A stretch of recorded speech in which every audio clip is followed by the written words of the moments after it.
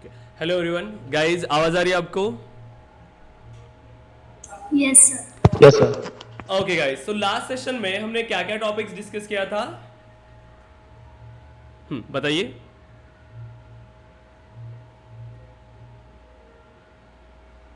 क्या क्या टॉपिक्स हमने डिस्कस किए थे लास्ट सेशन में?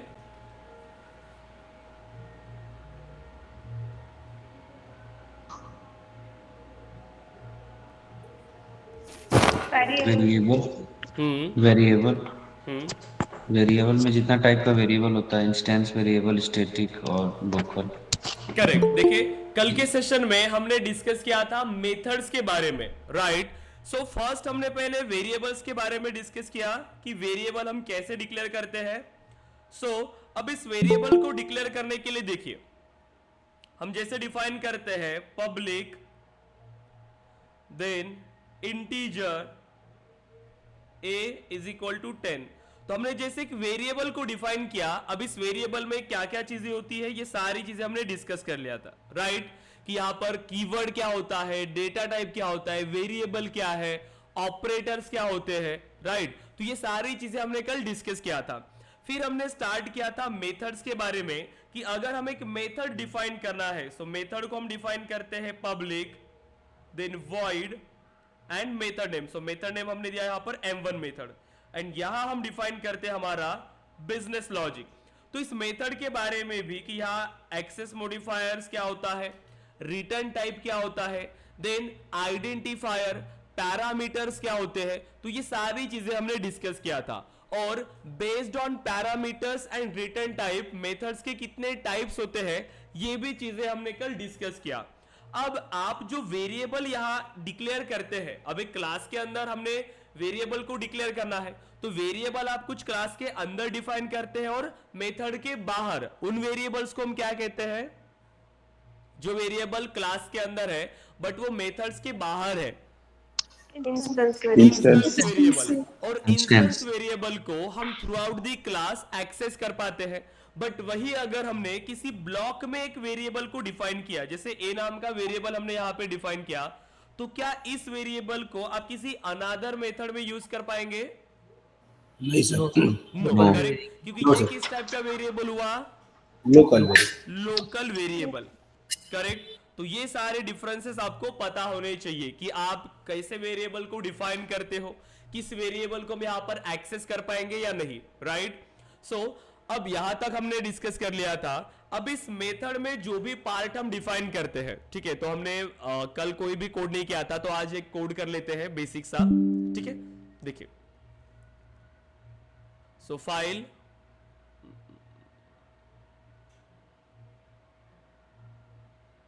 New, apex class, so apex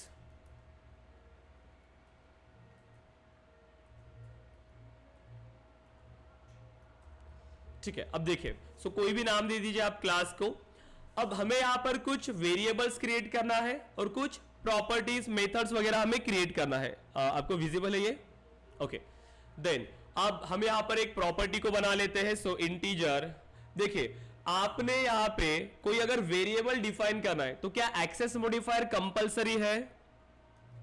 मैं इस तरीके से भी डिफाइन कर सकता हूं, यस यस सर। और no? Correct. No sir. Yes तो सर। एक्सेस मॉडिफायर हमारे पास क्या है? ऑप्शनल है, आप चाहे तो डिफाइन करिए या फिर मत करिए। अब डिफॉल्ट क्या होता है ये हम चीजें डिस्कस करेंगे जब हम एक्सेस मॉडिफायर्स एक सेपरेट सेशन लेंगे, ठीक है? अब मेथड अगर हमें डिफाइन करना है again, so public, then void m1। So हमने यहां पर एक m1 मेथड डिफाइन किया, एंड अब आप यहां पर कोई भी कोड को डिफाइन कर सकते हैं। मैंने अनादर मेथड यहां पे डिफाइन किया, देखिए अभी पब्लिक इंटीजर देन m2, और मैंने सिंपल यहां पर ऐसे डिफाइन किया। क्या ये करेक्ट है? देखिए, मैं सेव करने से पहले आंसर करिए। एरर आ रहा है, क्या एरर है? Missing return return type missing है। Statement, required return type. Integer value हमें यहां से रिटर्न करना होगा क्योंकि आपने मेथड के लिए रिटर्न टाइप क्या डिफाइन किया है? इंटीजर। जो भी मेथड आपका जिस टाइप का डेटा रिटर्न कर रहा है, आपको यहां पर रिटर्न स्टेटमेंट ऐड करना होगा। सो रिटर्न, अब कोई भी इंटीजर वैल्यू आप यहां से डायरेक्टली भी रिटर्न कर सकते हैं, या फिर हम क्या करेंगे, कुछ कैलकुलेशंस परफॉर्म करेंगे और जो भी रिजल्ट वगैरह हमारा होगा वो हम यहां से रिटर्न करते हैं।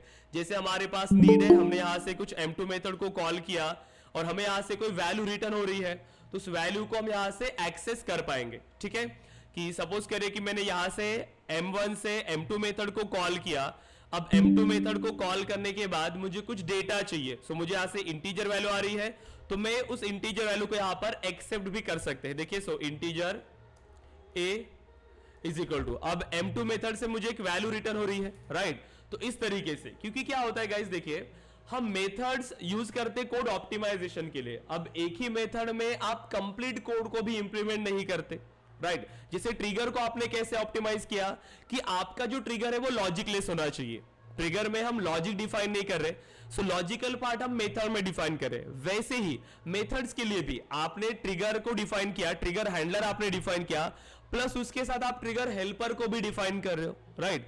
सो मेथड्स के लिए भी क्या होता है कि जैसे कि ये मेरे क्लास में एक मेथड है, मुझे एक लॉजिक डिफाइन करना है और वो लॉजिक बहुत बड़ा है। यहां से मैं कहीं से डेटा लेकर आ रहा हूं, डेटा मेरे पास आ रहा है और डेटा को हम यहां पर कुछ कैलकुलेशंस परफॉर्म कर रहे हैं।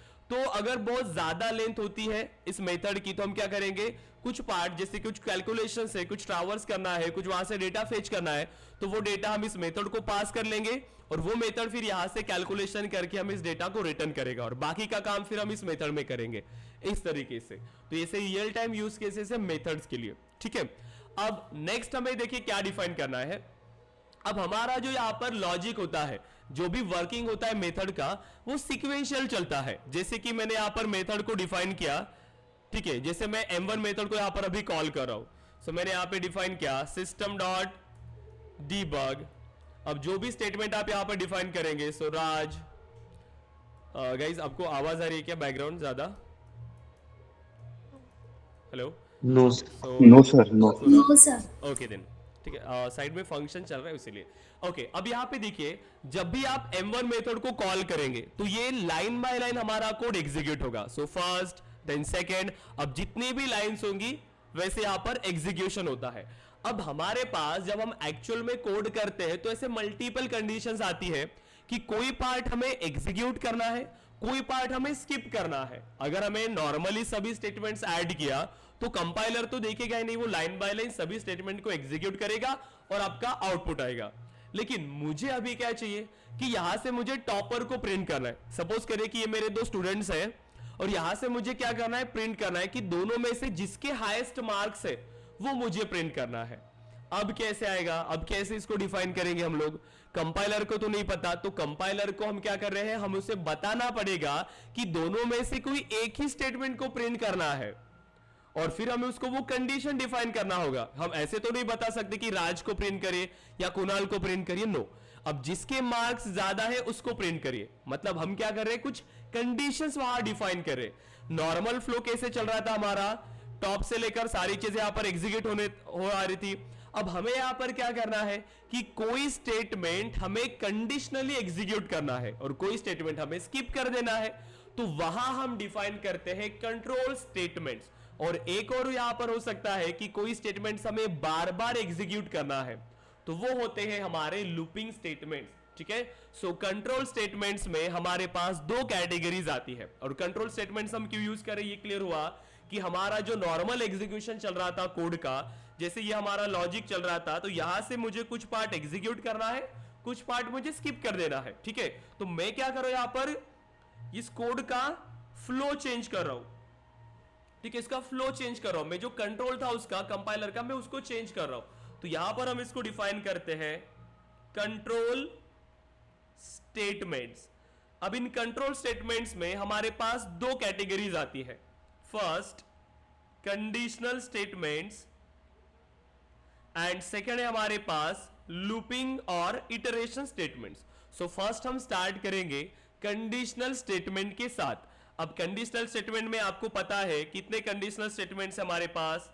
हम इफ स्टेटमेंट को यूज करते हैं, हम इफ एल्स स्टेटमेंट को यूज करते हैं, इफ एल्स इफ को हम यूज कर रहे हैं, फोर्थ नेस्टेड इफ को हम यहां पर यूज कर रहे हैं, एंड स्विच स्टेटमेंट को हम यहां पर यूज करते हैं।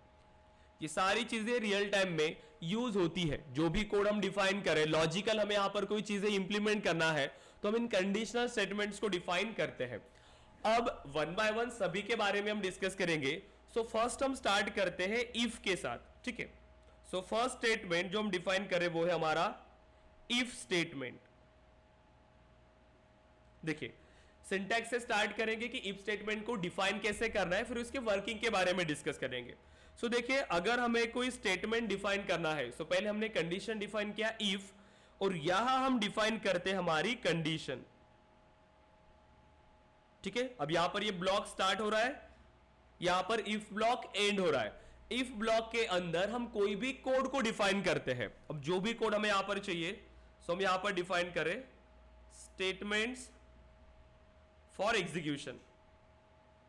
अब ये स्टेटमेंट मुझे प्रिंट करना है, बट ये जो स्टेटमेंट है ये बेस्ड ऑन कंडीशन एग्जीक्यूट होने वाला है, ठीक है। कंपाइलर ने नॉर्मल यहां पर कोड को स्टार्ट कर लिया, ये नॉर्मल इसका फ्लो है, लेकिन जैसे वो यहां पर आया, यहां पर उसको दिखा इफ। अब वो चेक करेगा, यहां पर जो कंडीशन आपने डिफाइन किया उस कंडीशन को चेक करेगा कि कंडीशन क्या है, कंडीशन इज ट्रू और कंडीशन इज फॉल्स। अगर यहां पे कंडीशन ट्रू आती है, ये लाइन तभी एग्जीक्यूट होगी। मतलब लाइन नहीं, यहां पर मल्टीपल कोड हो सकता है, ठीक है, बट एग्जीक्यूट कब होगा, जो भी कोड इस ब्लॉक के अंदर है वो कब एग्जीक्यूट होगा, जब कंडीशन हमें ट्रू रिटर्न करेगा। देखिए जब कंडीशन हमें क्या रिटर्न करेगा, ट्रू। अगर कंडीशन ने हमें फॉल्स रिटर्न किया, इन केस अगर कंडीशन ने हमें फॉल्स रिटर्न किया, तो क्या ये स्टेटमेंट एग्जीक्यूट होगा, बताइए। नो। करेक्ट। सो अगर No, sir. कंडीशन ने हमें फॉल्स रिटर्न किया तो हमारे स्टेटमेंट्स एग्जीक्यूट नहीं होते हैं। सो स्टेटमेंट कब एग्जीक्यूट हो रहा है इफ कंडीशन में, जब कंडीशन ट्रू ट्रू है। करेक्ट, जब कंडीशन ट्रू है तभी ये हमारा स्टेटमेंट एग्जीक्यूट होगा, अदरवाइज ये स्टेटमेंट हमारा एग्जीक्यूट नहीं होगा। नहीं ये होगा। हमें क्या रिटर्न करेगा, अगर फॉल्स रिटर्न किया कंडीशन ने तो ये पार्ट हमारा स्किप हो जाएगा और बाकी का पार्ट हमारा एग्जीक्यूट होगा, ठीक है। तो इस तरीके से हम यहाँ पर डिफाइन करते हैं। ओके, अब नेक्स्ट हमें देखिए इफ स्टेटमेंट, अगर मैं कोई यहाँ पर एग्जाम्पल डिफाइन कर रहा हूं, देखिए सिंपल, अगर एक एग्जाम्पल से क्लास इसको डिस्कस करते हैं। सो इफ मेरे पास दो वेरिएबल्स है, सपोज करें कि integer a is equal to 10 and ये मैं ऐसे सुडो कोड यहाँ पर डिफाइन कर रहा हूँ, ये सिंटैक्स वाइज में नहीं डिफाइन कर रहा हूँ यहाँ पे, ठीक है। So integer b is equal to 20। So दो मेरे पास वेरिएबल्स है। अब मुझे सिंपल यहाँ पर चेंज करना है, मतलब कोई आपने हैंड रेज किया है क्या किसी ने? ओके, कोई क्वेश्चंस है? ओके देन अब हम जो भी कंडीशन यहां पर डिफाइन करना चाहे वो कंडीशन हम यहां पे डिफाइन कर सकते। देखिए सो मैं यहां पर चेक कर रहा हूं if a greater than b, simple C condition है और मैंने यहां पर कोई स्टेटमेंट ऐड किया। So a is greater than b, तो ये कुछ मेरा स्टेटमेंट है। अब a की वैल्यू है मेरे पास 10, b की वैल्यू है मेरे पास 20। अब जैसे ही कंपाइलर आएगा कंडीशन चेक करेगा a is greater than b, condition true या फॉल्स, फॉल्स। कंडीशन फॉल्स है, राइट। तो क्या ये स्टेटमेंट हमारा एग्जीक्यूट होगा, जो भी ब्लॉक है क्या ये ब्लॉक हमारा एग्जीक्यूट होगा? No sir. No, correct. No. तो ये ब्लॉक यहाँ पर स्किप हो जाएगा और यहाँ से फिर हमारा नॉर्मल एग्जीक्यूशन चलेगा, राइट। तो इस तरीके से ये वर्क करता है। लेकिन वही अगर मैंने यहाँ पर 100 मेंशन किया अभी, अब कैसे वर्क करेगा ये? ट्रू। अब क्या रिटर्न करेगा? ट्रू। और कंडीशन ने ट्रू रिटर्न किया तो ये ब्लॉक हमारा एग्जीक्यूट होगा, करेक्ट। सो इफ ब्लॉक में हमारे पास सिर्फ एक ही पार्ट होता है, ओनली ट्रू पार्ट, यहाँ पर कोई एल्स पार्ट नहीं है। सो हमारे पास सिर्फ एक ही कंडीशन है जिसके एग्जीक्यूट होने पर, मतलब जिसके ट्रू होने पर ही मुझे इसको प्रिंट करना है, तब हम इफ को यूज करते हैं। मतलब मल्टीपल पॉसिबिलिटीज नहीं है, सिर्फ एक पॉसिबिलिटी है कि अगर ट्रू रिटर्न किया तो बस इसको, जैसे कि मैक्सिमम पॉसिबिलिटी क्या है, हम अगर रिजल्ट शो करना चाहते हैं, सो हम रिजल्ट शो करना चाहते हैं किसी स्टूडेंट का, तो हम क्या चाहेंगे कि उस स्टूडेंट ने कुछ मिनिमम मार्क्स है जो क्वालिफाई करने के लिए उसको चाहिए। सो हम यहां पर सिर्फ एक मैसेज डिफाइन करें, यू आर क्वालिफाइड, ठीक है। बट हम ये नहीं डिफाइन करना चाहते कि आपको ये मैसेज नहीं आना चाहिए कि आपको कोई ऐसा मैसेज है कि यू आर नॉट क्वालिफाइड, ऐसा मैसेज नहीं चाहिए, सिर्फ एक ही मैसेज हमें चाहिए, तो हम डायरेक्टली इफ को यूज करेंगे। लेकिन अगर कंडीशन ये आती है कि अगर मार्क्स ऑब्टेन कर लिया उसने, अगर उसको मार्क्स है, अगर वो क्वालिफाइड है तो वो ये प्रिंट होना चाहिए क्वालिफाइड, लेकिन अगर उसके पास उतने मार्क्स नहीं आए, ठीक है, तो अनदर पॉसिबिलिटी मैं यहां पर डिफाइन कर रहा हूं, अनदर पॉसिबिलिटी, तब हम एल्स पार्ट को डिफाइन करते, तब हम इफ एल्स को यूज करेंगे। लेकिन सिर्फ एक पॉसिबिलिटी है तो आप क्या यूज करेंगे यहां पर, इफ कंडीशन, ठीक है।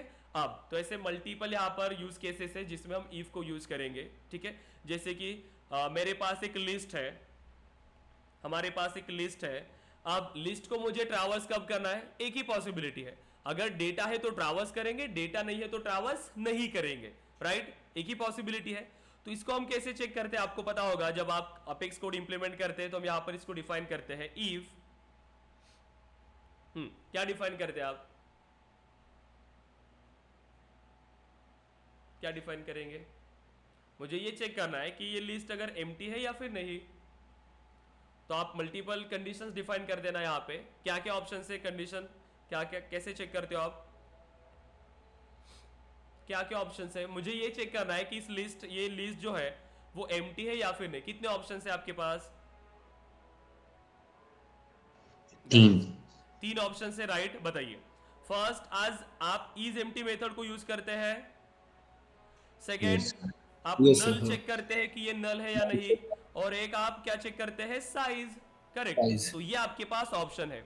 तो सिंपल हम क्या करें, यहां पर हम लिस्ट को कब ट्रैवर्स करते हैं, जब हमारे पास डेटा होगा, मतलब ये नल नहीं है तभी, तो सिर्फ एक ही पॉसिबिलिटी है। तो इस केस में हम क्या करेंगे, इफ को यूज करते हैं कि अगर डेटा है तो ट्रैवर्स करिए, अगर डेटा नहीं है तो इसको स्किप कर दीजिए, सिंपल, क्योंकि दो अनदर कोई ऑप्शन ही नहीं है हमारे पास, राइट। तो इस तरीके से अब देखिए इसका फ्लो चार्ट की तरह समझते हैं अगेन इसे, क्योंकि ये एक बार में आपको अच्छे से चीजें समझ में आनी चाहिए। ये बेसिक है, आपको शायद पता भी होगा, लेकिन फिर भी हम इसको डिस्कस कर रहे हैं ताकि जो न्यू स्टूडेंट्स हैं उनको भी इसके बारे में ज्यादा आइडिया मिले और ये एक बार में ही आपको ये चीजें समझ में आए।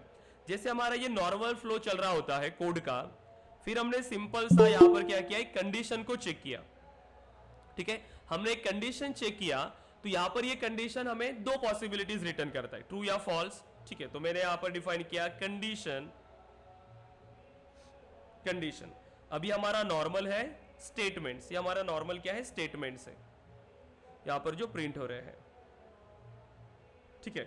अब कंडीशन क्या रिटर्न कर रहा है, ट्रू या फॉल्स। अब देखिए, तो यहां पर कंडीशन ने अगर ट्रू रिटर्न किया तभी ये स्टेटमेंट एग्जीक्यूट होगा, अदरवाइज क्या स्टेटमेंट एग्जीक्यूट होंगे, नो सर, नो सर, ये जो स्टेटमेंट है ये सब कब एग्जीक्यूट होगा, सिर्फ ट्रू होने पर। अगर कंडीशन ने फॉल्स रिटर्न किया तो ये स्टेटमेंट एग्जीक्यूट नहीं होगा, ठीक है। तो यहां पर हम अनदर इसमें ऐड कर लेते हैं, यहां पर मैं इसको नहीं करूंगा,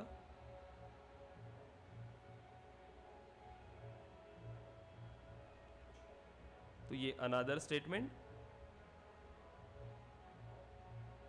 और ये कब ट्रू होगा, मतलब अगर कंडीशन ट्रू है तभी एग्जीक्यूट होगा, अगर ये ट्रू नहीं है, ठीक है, तो ये नॉर्मल हमारा एग्जीक्यूशन, तो ये स्टेटमेंट हमारा नॉर्मल प्रिंट हो जाएगा, मतलब फॉल्स है, अगर कंडीशन ट्रू है तभी ये ब्लॉक हमारा एग्जीक्यूट होगा, अगर कंडीशन ट्रू नहीं है तो ये कंडीशन फॉल्स होने के बाद ये नॉर्मल हमारा एग्जीक्यूशन यहां से चलता रहेगा, और ट्रू है तो उसके बाद ये कंडीशन के बाद फिर से हमारा नॉर्मल एग्जीक्यूशन यहां से भी स्टार्ट होता है, ठीक है। तो ये हमारा है इफ ब्लॉक, कब एग्जीक्यूट होगा, सिर्फ कंडीशन के ट्रू रिटर्न करने पे, ठीक है।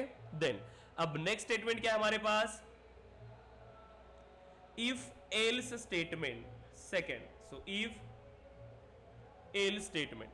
अब इफ एल्स सिंपल, यहां पे हमारे पास दो पॉसिबिलिटीज है, मतलब ये एक मेरा लॉजिक है और ये एक मेरा लॉजिक है, मुझे दोनों में से एक तो भी प्रिंट होना चाहिए, एक तो ये कंडीशन होनी चाहिए या फिर ये, ठीक है।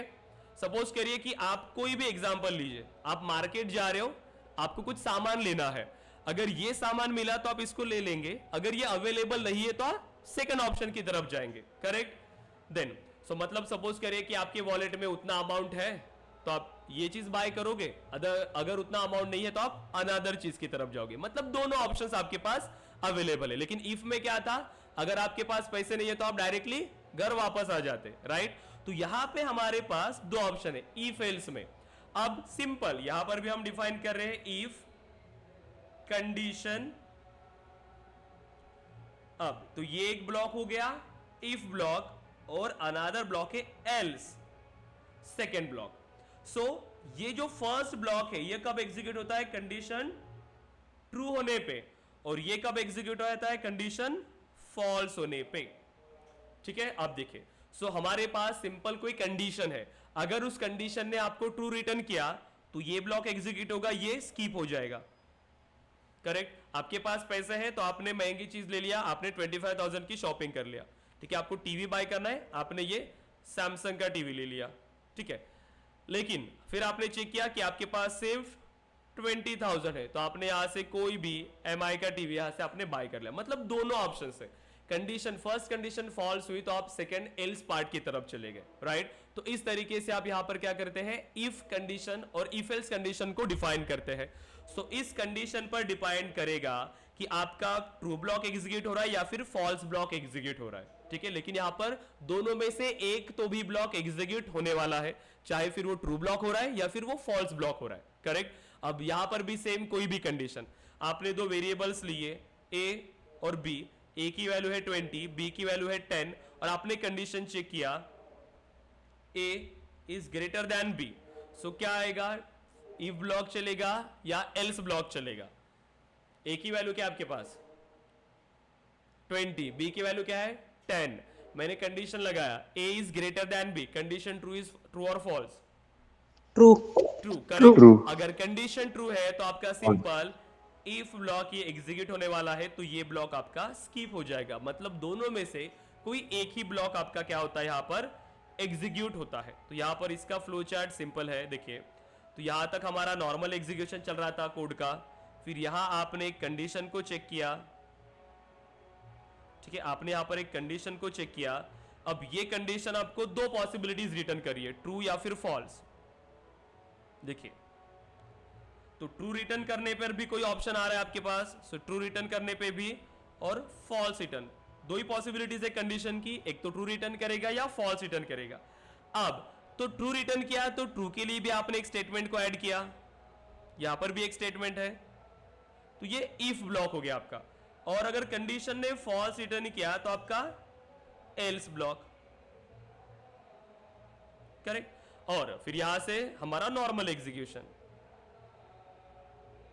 ठीक है, तो जो नॉर्मल एग्जीक्यूशन है वो चलेगा, चाहे फिर आपकी कंडीशन ट्रू रिटर्न करे या फॉल्स रिटर्न करे. बस एग्जीक्यूशन कैसे जाएगा? अगर कंडीशन ने ट्रू रिटर्न किया तो नॉर्मल कोड, देन हमारा इफ ब्लॉक और नॉर्मल एग्जीक्यूशन. लेकिन कंडीशन ने फॉल्स रिटर्न किया तो सो फिर हमारा चलेगा यहां पर normal execution, then false part जो एल्स पार्ट था वो एग्जीक्यूट होगा, और फिर यहां से हमारा नॉर्मल एग्जीक्यूशन. मतलब दोनों में से कोई एक ही पार्ट यहां पर एग्जीक्यूट होने वाला है इफ एल्स में.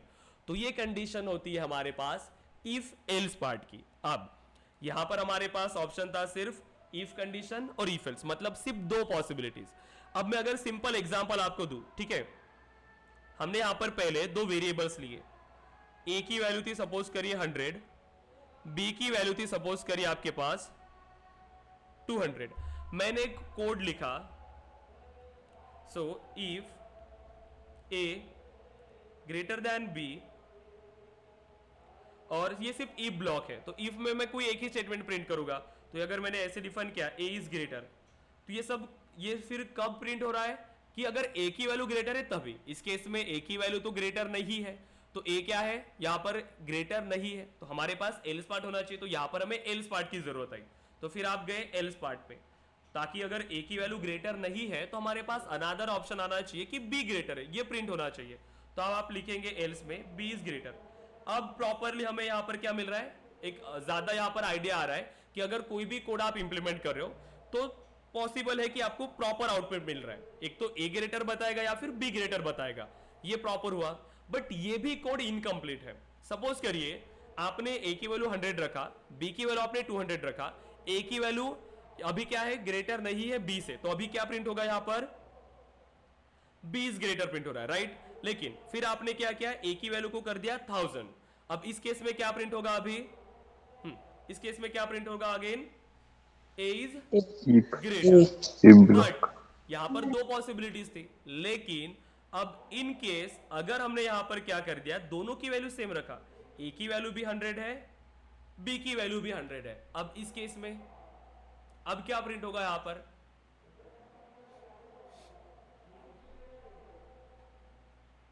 अब क्या प्रिंट होगा? कुछ भी नहीं होगा। कुछ भी नहीं होगा? नहीं, देखिए प्रॉपरली, ए की वैल्यू भी 100 है और बी की वैल्यू भी मैंने 100 रखा। अब इस केस में क्या होगा? सर ए प्रिंट होगा। ए प्रिंट होगा। ए प्रिंट होगा?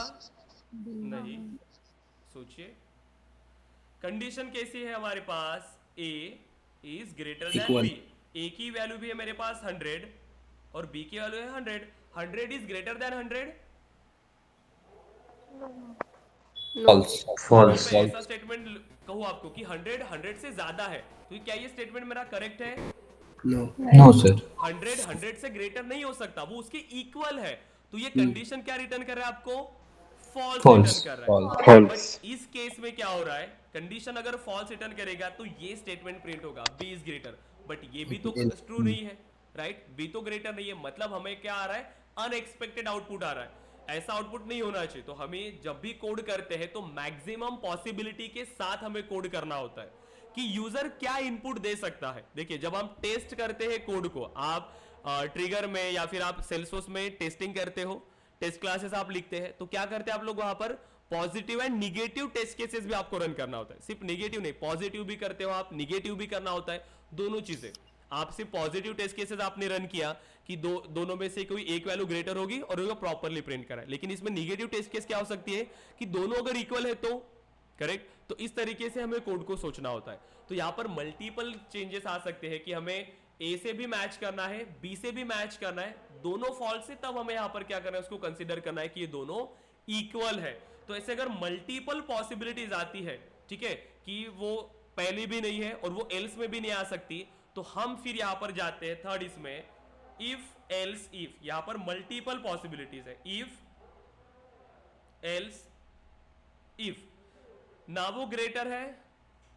एक तो क्या पॉसिबिलिटी पहले हमने क्या देखा कि सिर्फ दो पॉसिबिलिटी, मतलब इफ एल्स पॉसिबिलिटी, मतलब ग्रेटर हो सकता है या फिर लोअर हो सकता है। बट थर्ड पॉसिबिलिटी के यहां पर कि वो इक्वल भी हो सकता है, मतलब दो से ज्यादा पॉसिबिलिटीज। जहां पर भी दो से ज्यादा पॉसिबिलिटीज है, ट्रू नहीं है, फॉल्स नहीं है, मतलब ट्रू फॉल्स आने पर अगर मल्टीपल कंडीशन से फर्स्ट कंडीशन फॉल्स हो रही है, सेकंड कंडीशन भी फॉल्स हो रही है, तो हमें थर्ड कंडीशन को भी चेक करना है और कंडीशंस हमें ऐड करना है उस केस में। तब हम यहां पर यूज करते हैं इफ एल्स इफ। अगर मैंने आपको कहा कि स्टूडेंट के जो मार्क्स है, ठीक है, उसको चेक करना है आपको कि उसकी जो डिग्री है उसको आपको कैलकुलेट करके बताना है कि स्टूडेंट के मार्क्स है यहां पर 40 मार्क्स, 40% उसको यहां पर आए। अब मैं क्या चाहता हूं कि बेस्ड ऑन परसेंटेज उसको आप एक सेक्शन में डिवाइड करिए कि पहला हम जहां पर कहते हैं ना कि first class, second class, so first class, second class, third class, तो इन तीनों में से आपको उसमें पुट करना है। वो मल्टीपल हो सकता है, ऐसा नहीं कि यहां पर सिर्फ इतना ही, और भी हो सकता है। मैं सपोज करिए फोर्थ क्लास, मैं यहां पर डायरेक्टली इसको कहता हूं फेल, ठीक है। 4 ऑप्शन है मेरे पास। अब मेरे पास 40% है, तो चेक कैसे करेंगे आप लोग? कोई भी अगर कंडीशंस आती है तो उसको चेक करते हुए जाना होगा। तो यहाँ पर फर्स्ट कंडीशन भी फॉल्स हो रही है, ठीक है, तो यहाँ पर मैंने मार्क्स दिया कि अगर वो 80 से 90 है तो वो फर्स्ट क्लास में, फिर वो अगर 70 to 80 है तो वो सेकेंड क्लास में, फिर अगर वो 60 to 70 है तो वो थर्ड क्लास में, ठीक है। ये तो ठीक है, मैंने ज़्यादा यहाँ पर कर लिया, ठीक है। और बाकी के अगर 60 से नीचे है तो वो फेल है, ठीक है, लेस देन 60 है तो वो फेल है। तो यहाँ पर आपको प्रॉपरली मल्टीपल कंडीशंस है, आपके जो मार्क्स है इन तीनों कंडीशन को आप चेक कर रहे हो। इस कंडीशन में फिट बैठता है तो फर्स्ट क्लास आप डिफाइन करेंगे, इस कंडीशन में ये फिट बैठता है तो आप उसको क्या कहेंगे? Second class. तो इस तरीके से आपको यहाँ पर इस कोड को डिफाइन करना होगा, मतलब मल्टीपल कंडीशंस है जब आप इस कोड को डिफाइन कर रहे हो, तब उस केस में हम यहाँ पे डिफाइन करते हैं इफ एल्स इफ, ठीक है। अब देखिए ये ऐसे, ये मैंने जो आपको अभी एग्जांपल दिया ना, ये आपको करना है, ठीक है, इसको याद रखिएगा आप लोग। ओके देन, सो इफ, फिर मैंने यहां पर डिफाइन किया फर्स्ट कंडीशन, सो कंडीशन 1, क्या ये कंडीशन ट्रू है? अगर ये कंडीशन ट्रू है तो ये ब्लॉक एग्जीक्यूट होगा। बट अगर ये कंडीशन मेरी फॉल्स हो गई तो कहां जाएंगे हम लोग? एल्स पार्ट में। तो एल्स में भी डायरेक्टली तो आप उसका आउटपुट नहीं दे सकते, क्योंकि यहां पर भी मुझे अब कंडीशन चेक करना है। मैं एल्स पार्ट को डायरेक्ट प्रिंट नहीं कर सकता। इस केस में मैंने डायरेक्टली प्रिंट किया था तो मुझे गलत आउटपुट मिल रहा था, राइट। तो मैं यहां पे भी फिर से कंडीशन को चेक कर रहा हूं कि एल्स को प्रिंट करने से पहले कंडीशन चेक करें। एल्स इफ, मैं फिर से कंडीशन लगा रहा हूं, एल्स इफ अगेन कंडीशन 2, मैंने सेकंड कंडीशन यहां पर चेक किया। अब अगर ये कंडीशन ट्रू है तो ये पार्ट एग्जीक्यूट होगा, लेकिन ये भी अगर फॉल्स है तो हम अनदर कंडीशन को भी चेक कर सकते हैं, एल्स इफ। अब जितनी कंडीशन चाहे आप उतनी कंडीशन को यहां पे डिफाइन कर सकते हैं। सो कंडीशन 3, देन आप चाहे तो कंडीशन 4, और लास्ट में अगर सभी कंडीशन ने फॉल्स रिटर्न किया, एक भी कंडीशन मेरी ट्रू नहीं हो रही है, तो मुझे कोई एक कंडीशन तो ऐसा होना चाहिए, मतलब एक स्टेटमेंट जो बाय डिफॉल्ट प्रिंट करना है, तो उसके लिए हम यहां पर डिफाइन करते हैं लास्ट में एल्स। अगर सभी कंडीशन फॉल्स रिटर्न किया, ये भी कंडीशन मेरी फॉल्स रिटर्न कर रही है, ये भी कंडीशन हमारी फॉल्स रिटर्न कर रही है, ये भी कंडीशन, तो एक मुझे डिफॉल्ट एक स्टेटमेंट प्रिंट करना है, तो वो आप डिफाइन कर सकते हैं एल्स में, तो वो एग्जीक्यूट होगा, ठीक है। अदरवाइज एल्स कोई ऐसा जरूरी नहीं कि आपको लिखना ही है, नहीं लिखना है तो भी आप डिफाइन कर सकते हैं, ठीक है।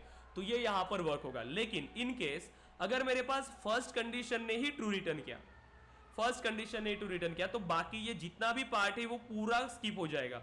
जितना भी ये इफ ब्लॉक है कंप्लीट, ये स्किप हो जाएगा, बाकी का चेक नहीं होगा। अगर फर्स्ट स्टेटमेंट ने ही आपको ट्रू रिटर्न किया तो बाकी की कोई भी कंडीशंस यहां पर चेक नहीं होती है। क्लियर है यहां तक आप लोग? इफ एल्स इफ में बताइए, इफ एल्स इफ क्लियर है? Yes sir. करेक्ट। एंड अब लास्ट Yes, में फिर हमारे पास बचता है नेस्टेड इफ। थर्ड है हमारे पास, फोर्थ नेस्टेड इफ। अब नेस्टेड का मीनिंग सिंपल है कि एक इफ के अंदर आप क्या कर रहे हो, अनदर इफ को डिफाइन कर रहे हो। जैसे मैंने एक कंडीशन डिफाइन किया इफ, सो एक कंडीशन मैंने डिफाइन किया कंडीशन, फिर हम इफ के अंदर आ गए। अब मैं इफ ब्लॉक के अंदर आ गया, यहां पर मैं कुछ कोड इंप्लीमेंट कर रहा था, सो सिस्टम डॉट डिबग, तो ये स्टेटमेंट मेरा प्रिंट किया। बट अगेन जो मेरा स्टेटमेंट था वो भी मुझे कंडीशनली प्रिंट करना है, तो उसके लिए भी मैं तो कंडीशन लगा सकता हूँ। सो फिर मैंने यहाँ पर फिर से कंडीशन लगाई। सो इफ कंडीशन, मतलब जब इफ स्टेटमेंट के अंदर आप ऐसे मल्टीपल इफ्स को डिफाइन करते हो तो उसको हम कहते हैं नेस्टेड। मतलब एक इफ के अंदर अनदर आपने कंडीशन को डिफाइन किया। ये इफ हो सकता है या इफ एल्स हो सकता है, मल्टीपल कंडीशंस हो सकते हैं, ठीक है। तो वो हम डिफाइन करें यहाँ पर नेस्टेड इफ में। करेक्ट, सिंपल यहां तक बताइए हमने क्या डिस्कस किया? 4 टॉपिक्स हमने डिस्कस किया सिर्फ। बताइए क्या क्या चीजें हमने डिस्कस किया? if statement, if else if nested if if else if, if else if और nest, नेस्टेड इफ, बस इतना, ठीक है। पहले इसको थोड़ा सा प्रैक्टिकली देखेंगे और फिर हम बाकी पार्ट के लिए जाएंगे, ठीक है। अब चलिए इसको प्रैक्टिकली डिफाइन करते हैं। सो अब सिंपल मुझे अगर कोई यहां पर कोड इंप्लीमेंट करना है, ठीक है। सो मैंने क्या किया, मैं एक इंटीजर वैल्यू यहां पर डिफाइन कर रहा हूं। So integer a is equal to 100, then integer b is equal to 200,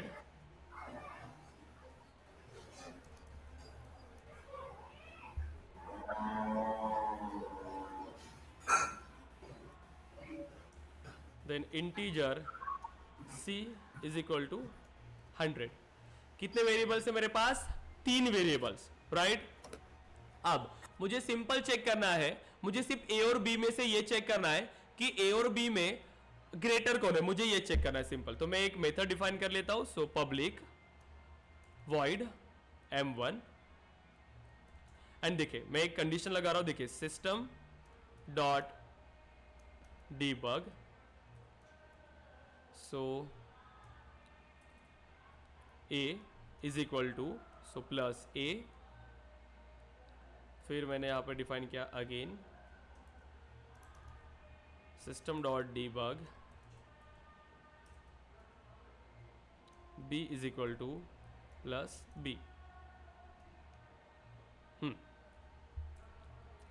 and फिर मैं यहां पर कंडीशन चेक कर रहा हूं, if a is greater than और इक्वल टू b,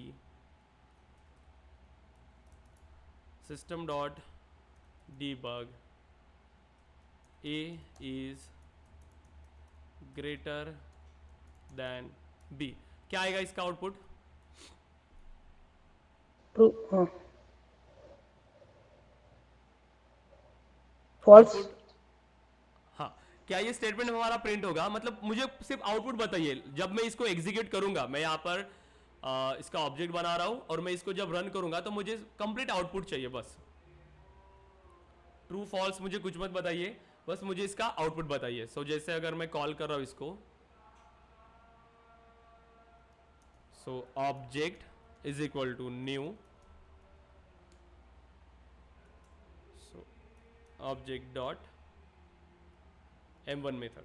हाँ, तो आउटपुट क्या आएगा? बस मैंने अगर इसको रन किया तो इसका आउटपुट क्या आएगा आउटपुट स्क्रीन पर, वो बताइए अभी।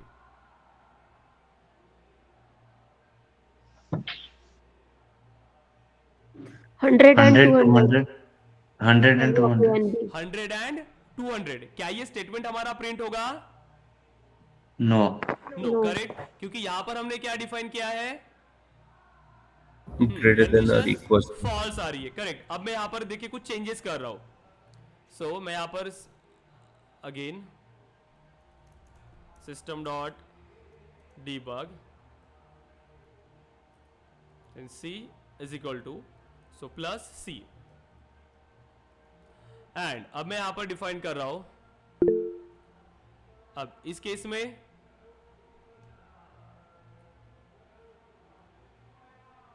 हाँ ये प्रिंट 100 होगा 200 100 करेक्ट, अब जो भी और स्टेटमेंट उसके होगा बाद इसमें वो प्रिंट हो जाएगा, करेक्ट। जो भी स्टेटमेंट मैं यहां पर रखूंगा वो प्रिंट हो जाएगा, करेक्ट। तो ये आपका सिंपल क्या है? If condition. अब देखिए आपने एंड ऑपरेटर और ऑपरेटर इसकी प्रैक्टिस किया है, अब मुझे इसके आंसर बताएंगे, ठीक है। सो इनसाइड इफ सिंपल मैं यहां पर डिफाइन कर रहा हूं। अब मैं कंडीशन यहां पर लिख रहा हूं, देखिए A greater than B and A is less than C and B is not equal to A. Condition बताइए क्या है इसका? ए की वैल्यू क्या है हमारे पास? 100, बी की वैल्यू क्या है? 200। तो यहां पर कंडीशन क्या आ रही है? फर्स्ट ही फॉल्स फॉल्स आ रही है। मैंने False. सभी यहां पर क्या दिया? एंड ऑपरेटर दिया है, तो मेरा आउटपुट आने वाला नहीं है, करेक्ट। एक कंडीशन ने भी फॉल्स रिटर्न किया, तो मेरा फाइनल रिजल्ट क्या था इस केस में? फॉल्स ही फॉल्स होगा। आएगा, करेक्ट। ओके देन, अब नेक्स्ट मैं फिर से यहां पर कुछ कंडीशंस डिफाइन कर रहा हूं, देखिए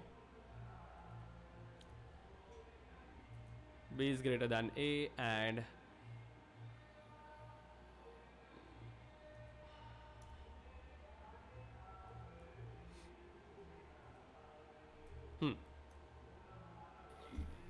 ट्रू क्या आएगा इसका output? True a True. b greater than a, yes, so b Yes. greater than is a less than b, correct है, Correct एंड है। a is equal to क्या है? c। तो ये कंप्लीट जो मेरे पास एक्सप्रेशन हमने डिफाइन किया, इसका वैल्यू क्या है? True, correct. तो ऐसी कंडीशंस आती है, ऐसा नहीं कि मेरे पास मैंने सिर्फ एक कंडीशन लिखा सिंपल। जब हम यहाँ पर एक्चुअल में वर्क करते हैं प्रोजेक्ट्स में, तो यहाँ पर बहुत ज्यादा कंडीशंस भी हो सकती है। तो हमें क्या करना है? सिंपल इसको सॉल्व करते चलना है कि एंड ऑपरेटर कैसे वर्क करता है और ऑपरेटर कैसे वर्क करता है। अगर ये आपको नॉलेज है तो आप उसको सॉल्व कर पाएंगे, राइट। तो इसका प्रैक्टिस आपको ज्यादा करना पड़ेगा कि ये कैसे वर्क करता है। फिर यहाँ पर अगेन ये सिंटैक्स वाइज तो आपको चीजें क्लियर हो ही गई, राइट। कर पाएंगे आप इसे? इफ एल्स इफ और नेस्टेड इफ। मैं यहां पर देखिए कुछ स्टेटमेंट अभी डिफाइन कर रहा हूं, मुझे सिर्फ आप अभी आउटपुट बताएंगे इसका।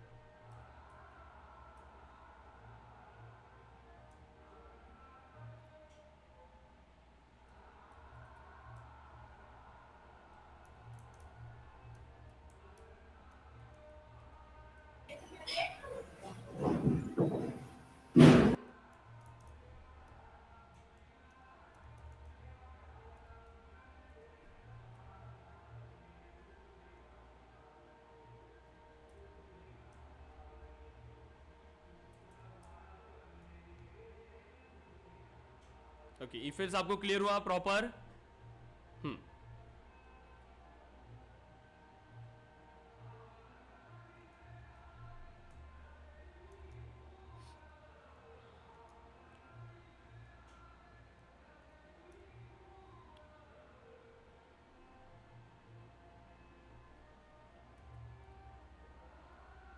अब इसका आउटपुट बताइए मुझे कंप्लीट, क्या आएगा इसका आउटपुट?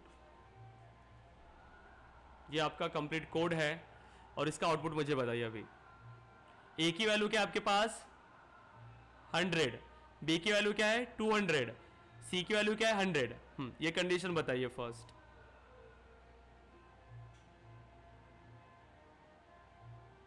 सिस्टम डॉट डिबग 5 है। System dot debug 5 5 is not equal to b. ठीक है, करेक्ट है। तो इस तरीके से आपको समझ में आना चाहिए। अब अगर मैं यहां पर डिफाइन कर रहा हूं, मैं और भी कंडीशन से यहां पर डिफाइन कर रहा हूं, देखिए। सो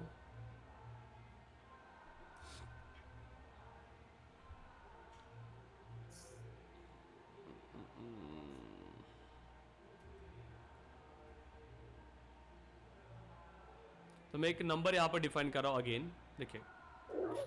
सो integer num is equal to 10।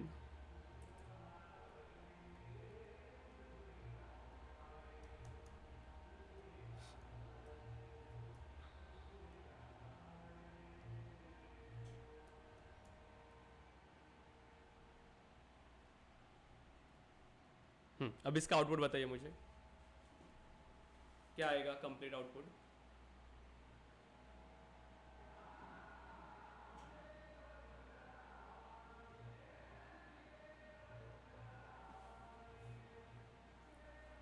नम एक मेरे पास वेरिएबल है, मैंने उसमें वैल्यू होल्ड किया है 10।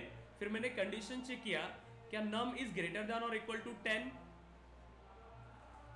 True. Yes condition is yes true. तो कंप्लीट आउटपुट अब बताइए क्या क्या एग्जीक्यूट होने वाला है इसमें? 1 2 हम्म 1 2 3 बस। Correct, 1 2 and 3। देखिए, ये प्रॉपरली आपको इसका डिबगिंग पता चलना चाहिए। देखिए, कभी भी हमें कोड अगर समझना है, क्योंकि आप एक्चुअल में जब कोड करना जाते हो तो आपको एग्जिस्टिंग कोड में भी बहुत सारे चेंजेस करने के लिए ऑप्शन आएंगे। तो आपको एग्जिस्टिंग कोड को पहले समझना होगा कि ये एग्जिस्टिंग कोड क्या वर्क कर रहा है, राइट? तो यहां पर देखिए, पहला इफ स्टार्ट हो रहा है और ये एल्स पार्ट है, राइट? तो पहले इफ के अंदर अगर यहां पर गया, अगर कंडीशन ट्रू है तभी हमें अंदर जाना है। इस कोड को इतना सोचने की जरूरत ही नहीं पड़ी। ठीक है, क्या करना है आपको? अगर ये कंडीशन ट्रू है तब इसके अंदर का देखना है, अदरवाइज इसके अंदर का देखना भी नहीं है आपको। जैसे कंडीशन ने फॉल्स रिटर्न किया, आप डायरेक्टली एल्स पे आएंगे, ये तो पार्ट स्किप ही होने वाला है, करेक्ट? बट अगर इस कंडीशन ने हमें ट्रू रिटर्न किया तब हम इसके अंदर जाएंगे। तो कोड को इस तरीके से आपको डिबग करना होगा। क्लियर है? इफ एल्स इफ और नेस्टेड इफ कर पाएंगे आप लोग? कुछ क्वेश्चंस दो मैं आपको सॉल्व करने के लिए। Yes sir. ठीक है, अब सिंपल क्वेश्चंस है, ज्यादा हाई लेवल के नहीं है। देखिए, फर्स्ट आपको स्टेटमेंट, एक तो पॉजिटिव निगेटिव नंबर सबसे ज्यादा जो हम इंप्लीमेंट करते हैं, पॉजिटिव एंड निगेटिव नंबर्स आपको फाइंड करना है। और ये मेथड जो आप यहां पर डिफाइन करेंगे, ये मेथड किस टाइप की होनी चाहिए? With parameters. देखिए,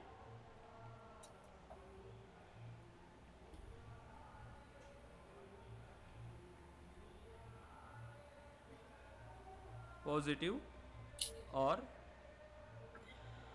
निगेटिव। तो आपको सिंपल यहां पर कोड इंप्लीमेंट करना है। सो पब्लिक वॉइड m1, और ये m1 एक नंबर एक्सेप्ट कर रही है, सो इंटीजर नम, और बाकी का लॉजिक आपको यहां इंप्लीमेंट करना है कि क्या लॉजिक आएगा। ठीक है, मुझे आउटपुट क्या चाहिए? एक तो पॉजिटिव या फिर निगेटिव। अब इसको कॉल कैसे करेंगे आप? ये मेथड किस टाइप की है? पैरामीटर एक्सेप्ट कर रही है, तो मतलब जब आप इस मेथड को कॉल करेंगे तब आपको इसमें नंबर को पास करना पड़ेगा। क्लियर है? कोई भी हार्ड कोडेड वैल्यू यहां पर आपको पास नहीं करना है। जब आप इसका ऑब्जेक्ट बनाएंगे, ऑब्जेक्ट डॉट m1, तब आपको यहां से वैल्यू को पास करना है। क्लियर है? वैसे ही सेम आपको फाइंड करना है इवन और ऑड। इवन और ऑड आपको फाइंड करना है। कर पाएंगे ये 2 क्वेश्चन? यस। ट्राई कर सिंपल सकते है? हैं हाँ। सिंपल है, Yes, sir. ट्राई नहीं, आपको इजीली आ जाएगा। और अभी यहाँ पर एक बात है जो आपको अभी सॉल्व करना है, वो इंपॉर्टेंट है। देखिए सिंपल है, आपको 5 सब्जेक्ट्स है स्टूडेंट्स के, 5 सब्जेक्ट्स है, 5 सब्जेक्ट्स आपको लेने हैं स्टूडेंट्स के, ठीक है। अब इन 5 सब्जेक्ट्स में सपोज करिए कि सब्जेक्ट 1, सब्जेक्ट 2 ऐसे आप यहां पर डिफाइन करिएगा, सब्जेक्ट 5, ठीक है। सो सपोज करिए कि टोटल मार्क्स है उनको 500, टोटल 500 मार्क्स का उनका एग्जाम था। अब जितने भी इन्होंने मार्क्स लिया होगा स्टूडेंट का, तो आपको क्या करना है, उनके परसेंटेज कैलकुलेट करना है। कर पाएंगे? परसेंटेज कैलकुलेट कर सकते हैं? यस और नो? हो जाएगा। परसेंटेज कैलकुलेट कर सकते हैं आप लोग। मैंने क्या कहा कि स्टूडेंट्स Yes, के sir. या आप हार्ड कोडेड वैल्यू मेंशन करिए या कैसे भी, या फिर यूजर के थ्रू आप इनपुट लीजिए, ठीक है। मेथड है, वो मेथड 5 पैरामीटर्स को एक्सेप्ट करी है, या फिर आप 5 वेरिएबल्स को अंदर ही बना लीजिए क्लास के अंदर, और फिर मेथड लिखिए। 5 सब्जेक्ट्स है, 5 सब्जेक्ट्स के out of marks total marks कितने हैं, मतलब टोटल जो मार्क्स है टोटल एग्जाम 500 मार्क्स, मतलब एक सब्जेक्ट 100 मार्क्स का है। अब इसमें से सपोज करें कि स्टूडेंट ने कुछ मार्क्स लिए, एक इसमें 50-50 ऐसे मार्क्स लिए, तो उसके टोटल 250 मार्क्स आ गए, ठीक है। तो ये क्या हुए, ऑब्टेन मार्क्स। तो सिंपल क्या करना है आपको, ऑब्टेन कैसे निकालेंगे, सभी के एडिशन कर लेंगे, ये तो सिंपल है। अब आपके पास ऑब्टेन है, आपके पास टोटल है, तो आप कर पाएंगे इसका परसेंटेज निकाल पाएंगे? यस और नो? परसेंटेज निकाल सकते हैं? यस। ओके। Yes. अब जो नेक्स्ट टास्क है ये यहां से स्टार्ट हो रहा है। परसेंटेज निकालने के बाद तो आपने परसेंटेज के लिए एक वेरिएबल बनाया होगा परसेंटेज करके, ठीक है। परसेंटेज में कोई भी वैल्यू आई, अब इस परसेंटेज के थ्रू आपको क्या करना है, उसका ये भी डिफाइन करना है, मतलब उसका जो डिग्री है वो कौन सी कैटेगरी में आ रही है, जैसे फर्स्ट क्लास में आ रही है, या फिर वो सेकेंड क्लास में आ रही है, या फिर वो थर्ड क्लास में आ रही है, या फिर वो फेल हुआ है। ये 4 ऑप्शंस आपके पास है। अब देखिए मैं कुछ आपको डिफाइन कर रहा हूं, अगर उसके मार्क्स 80 के अबाव है, 80 to 100, तो वो है फर्स्ट क्लास। तो क्या प्रिंट आना चाहिए, फर्स्ट क्लास। अब लॉजिक आप लिखेंगे, देखिए आपको क्वेश्चन कैसे लिखना है, आपको कोड कैसे लिखना है, ये आपको पता होना चाहिए। अदरवाइज ऐसा नहीं होना चाहिए कि आपको अनएक्सपेक्टेड आउटपुट आ रहा है। मैं पहले आपको बता रहा हूं, 80 to 100 अगर परसेंटेज है तो उसको क्या प्रिंट करना है आपको, फर्स्ट क्लास। फिर 60 नहीं, सो 70 to 80, 70 to 80 अगर है तो आप यहां पर डिफाइन करेंगे सेकेंड क्लास, या 60 to 70 अगर है तो फिर उसको आप डिफाइन करेंगे थर्ड क्लास। और 60 के नीचे अगर उसको परसेंटेज आते हैं, बिलो 60 अगर कितने भी है तो उसके लिए क्या आना चाहिए, यहां पर फेल आना चाहिए, ठीक है। अब आपको कोड प्रॉपरली लिखना होगा। एक चीज आप नोटिस करिए, आपको कंडीशन कौन से लेवल से डिफाइन करना होगा ये भी समझना है। आपने अगर कंडीशन, आपकी अगर मार्क्स क्या है, सपोज करिए कि आपने, ठीक है, 40% मार्क्स आए, तो क्या आना चाहिए आपका आउटपुट, फेल आना चाहिए, करेक्ट। तो इस तरीके से जो भी मैं इनपुट दे रहा हूं उसी तरीके से आपका यहाँ पर रिजल्ट शो करना चाहिए। तो आप इसके लिए कोड लिख पाएंगे? अभी सिंपल है, ट्राई करिए एटलीस्ट सभी का, जितना कोड होता है मुझे उतना तो भी स्क्रीनशॉट ग्रुप पे चाहिए, जितना भी आप कर पाते हो उतना, फिर मैं आपको इसको एक्सप्लेन करूंगा कैसे, ठीक है। ये इजी है थोड़ा सा हमें समझने के लिए, क्योंकि ये बहुत है, यूज केसेस इसके बहुत है। मैंने अगर आपको कहा कि मुझे डिफाइन करना है कि अभी तक का जो एनुअल रेवेन्यू है वो कितना है, फिर कितना परसेंटेज हमने निकाला, फिर वहाँ से मुझे कैटेगराइज करना है, मुझे LWC कंपोनेंट बना है इसका ऐसे पार्ट करके, फिर मुझे उसमें यहाँ पर शो करना है। तो ये तो रियल टाइम यूज केसेस हुए ऐसे। आप अगर किसी एजुकेशनल प्लेटफॉर्म के लिए वर्क कर रहे हो तो मुझे वहाँ पर LWC कंपोनेंट बनाना है, और स्टूडेंट्स के परसेंटेज वहाँ पर, स्टूडेंट वहाँ पर रिजल्ट को सर्च करेंगे और उसके मार्क्स यहाँ पर प्रिंट होने चाहिए उसी टाइम, मुझे ऐसा एक कंपोनेंट बनाना है। फिर लॉजिक तो आपको आएगा ही। देखिए गाइस, आप कोई भी इसमें सीख रहे हो, LWC में सबसे ज्यादा आपको कोडिंग LWC में आएगा, मतलब LWC नहीं, मतलब अपेक्स प्रोग्रामिंग में आपको आएगा।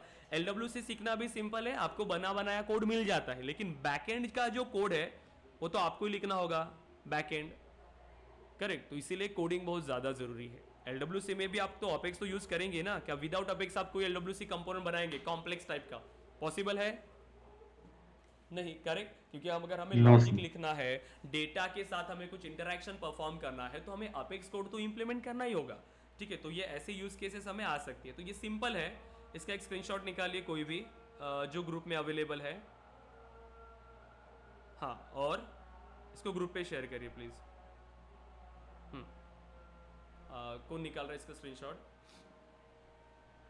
मैं निकाल लेता हूँ। ओके, हाँ अली स्क्रीनशॉट निकालिए। सेंड किया। क्या कोई क्वेश्चन है परमवीर? बोले सेंड किया। ओके, सेंड कर दिया आपने। ओके देन, ओके गाइस, तो ट्राई करिए इन सभी कोड को एग्जीक्यूट करने के लिए। सर, टर्नरी ऑपरेटर क्या होता है सर? टर्नरी वो एक ऑपरेटर है, देखिए यहाँ पर भी वो कंडीशनल ऑपरेटर की तरह वर्क करता है। ठीक है, अभी तो टाइम हो गया है। ठीक है, मैं कल आपको एक्सप्लेन कर रहा हूँ। ये कंडीशनल स्टेटमेंट की तरह होता है, इफ एल्स की तरह। यहाँ पर भी सिर्फ दो ही पॉसिबिलिटीज होती है। ठीक है, टर्नरी ऑपरेटर में सिर्फ दो ही पॉसिबिलिटीज होती है जहां पर हम वैल्यूज को डिफाइन कर सकते हैं। ठीक है, मैं कल आपको यहाँ पर बता दूंगा। ये सिंपली इफ एल्स की तरह आपका वर्क करेगा। Just 1 minute guys. Okay then, okay guys, time हो चुका है, तो हम यहाँ पर अभी डिस्कनेक्ट कर रहे हैं क्लास को। आप जितने भी क्वेश्चन मैंने आपको दिया है अभी, 3 क्वेश्चन है राइट, तो तीनों क्वेश्चंस का आपको सॉल्व करना है। ठीक है, ट्राई करिए एटलीस्ट, अगर नहीं होते हैं तो भी कोई बात नहीं, लेकिन आपको ट्राई करना है। और उसको 2 क्वेश्चंस तो इजीली हो जाएंगे आपके स्टार्टिंग के।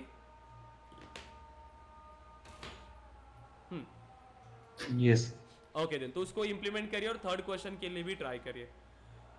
ओके गाइस, सो कल फिर हम अगेन डिस्कस करेंगे लूपिंग, या फिर इसी के बारे में कुछ क्वेश्चंस भी डिस्कस कर लेंगे, इफ एल्स के बारे में, और स्विच भी बाकी है, और टर्नरी ऑपरेटर को भी हम डिस्कस करेंगे। ठीक है, ओके देन, ओके गाइस, तो आप डिस्कनेक्ट कर सकते हैं। मैं ये सेशन अपलोड करके आपको ग्रुप पे शेयर कर लूंगा।